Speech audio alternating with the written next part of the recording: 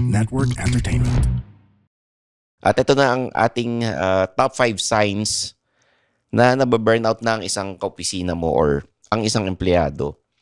Number 1, hindi na siya excited pumasok, or kung ikaw man hindi ka na excited pumasok, ito yung isa sa mga signs na nababurnout ka na, yung parang hinihila mo na lang yung mga paa mo para pumasok sa opisina. Which is not a good sign, ha? Kasi hindi ko alam kung ano yung nangyari, kung bakit ka na nawalan ng ganang pumasok. Number 2, laging pagod kahit na bagong gising. Ito, bukod sa nababurnout ka na, may problema ka na sa pagtulog mo at baka yung kalusugan mo na maapektuhan dyan.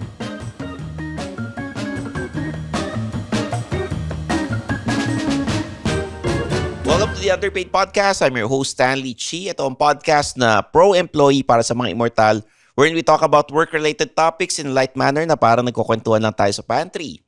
Kumusta kayo mga immortal? In this episode, syempre solo cast muna tayo. I would like to greet yung mga listeners natin na nakasubscribe sa Spotify, tulad ni Paulo, Michael M. Sabi niya kay Betchay dun sa episode na nag-guest siya, parang kilala ko mga co-workers mo. Tapos dun sa episode na mga ugali ng kaopisina na ayaw mo, nag-comment si Pau. Sabi niya, ang lala nung nangunguha ng ulam. At si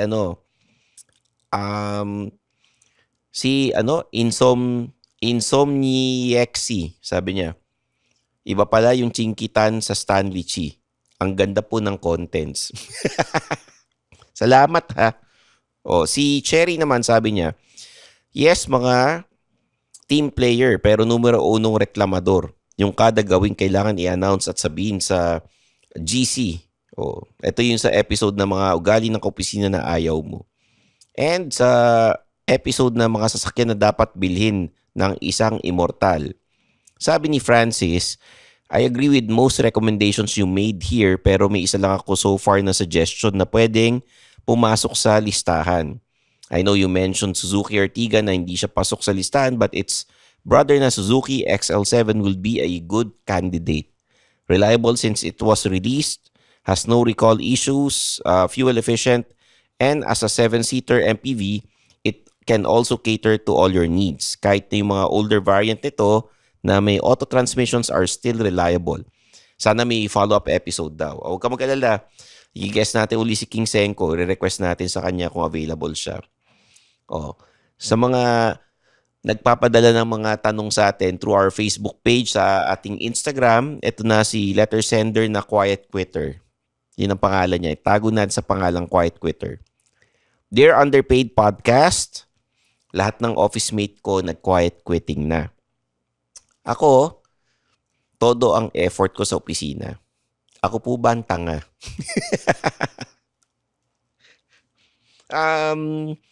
To our letter sender na Quiet Quitter, sa totoo lang, hindi ikaw yung tanga. Ikaw yung masipag. Ikaw yung maaasahan ng boss ninyo. Ikaw yung may malasakit sa kumpanya. Ituloy mo yan. Kasi mga kaibigan mo or mga kaopisina mong Quiet Quitter, sa totoo lang, pa-resign na sila. Or nawawalan na sila ng gana sa trabaho nila. Okay. Sana yung mga kaopisina mong ganyan, kausapin mo rin na sana makisama sila para hindi sila hindi na halata ni boss na wala na silang pakialam sa trabaho nila at hindi silang tatakot mawala ng pagkakakitaan. Okay? Let's all be thankful kasi meron tayong trabaho, meron tayong sweldo tuwing 15 katapusan. Okay? At ito na ang ating top 5 signs na nababurnout na ang isang kaopisina mo or ang isang empleyado. Number 1, hindi na siya excited pumasok, or kung ikaw man hindi ka na excited pumasok, ito yung isa sa mga signs na nababurnout ka na, yung parang hinihila mo na lang yung mga paa mo para pumasok sa opisina.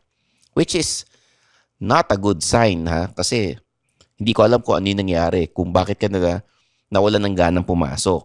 Number 2, laging pagod kahit na bagong gising.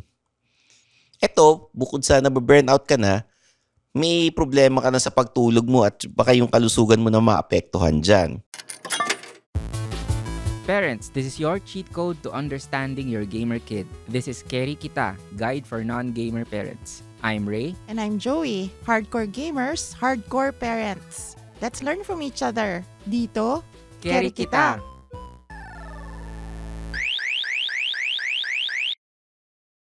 Number 3, wala ka ng gana sa team building. Ayaw mo mag-participate, ayaw mo mag-attend. Ito na experience ko rin ha. Nagyayaya ng team building isang group of workmates. Ako ayoko na mag-attend. Kasi nafe-feel ko yung mga workmates na yun hindi ganun ka invested dun sa ginagawa nila or dun sa grupo. So hindi na ako nag-join dun sa team building. And dun sa dating kumpanyang pinapasukan ko, napapansin ko rin yung iba naman na ka-office mate hindi rin nag-a-attend ng team building kasi nga may reklamo sa management or may problema kung paano pinapatakbo yung kumpanya. Number 4, inaantay na lang yung akin at katapusan. Kumbaga parang inaantay na lang yung sweldo nila. And then, parang wala na silang pake, wala na silang interest or yung enthusiasm nila sa kumpanya, wala na talaga.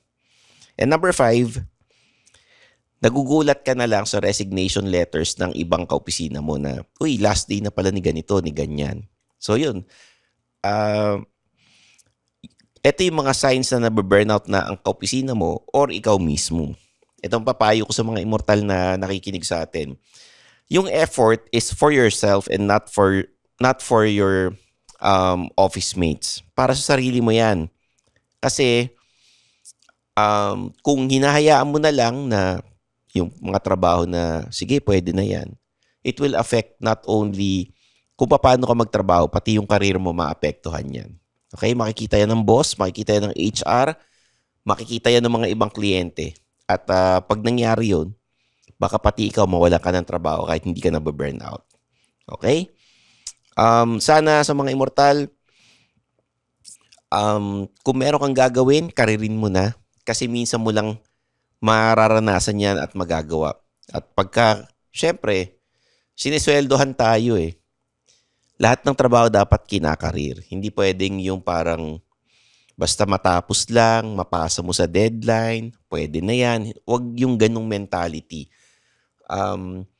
Word goes around, malalaman ng HR, ng boss, hindi kayo marerekomenda sa ibang kumpanya pag nag-apply kayo. Importante yung character reference at syempre ayaw nating maririnig yung feedback na ay ano yan eh, si pwede na yan or yung onda na employee, yung on the dot pagkatapos ng pagka alas 6, uuwi na kagad, parang walang malasakit sa kumpanya, yung hindi ka man lang mairekomenda ng manager mo. 'Di ba? So sana guys, pag-igihan ng pagtatrabaho, hindi lang para sa kumpanya, kundi para sa sarili ninyo. Okay? Sa mga immortal dyan, I'd like to invite you guys to subscribe sa Spotify ng Underpaid, sa YouTube channel na The Pod Network Entertainment kung gusto nyo makita yung mga video podcast. Although meron tayong mga video podcast sa Spotify. We are also on Facebook, Instagram, TikTok, The Underpaid Podcast. At syempre, please subscribe to Suplado Motors, Stanley Chi, and Higher Up Global kay Zardos Reyes. Okay? So, there you have it. Sana na-enjoy nyo to. Sana na-enjoy niyo itong solo cast na to at may natutunan kayo, mga immortal. Kung meron kayong mga questions or gusto nyo magtanong sa amin, mag-comment lang kayo or mag-message sa social media accounts namin. There you have it for, syempre, wala si Zar. Sana sa susunod na episode kasama na natin. I'm your host, Stanley Chi. Mag-comment lang kayo at mag-subscribe. Makinig kayo, i-share nyo sa lahat. This is the Underpaid Podcast.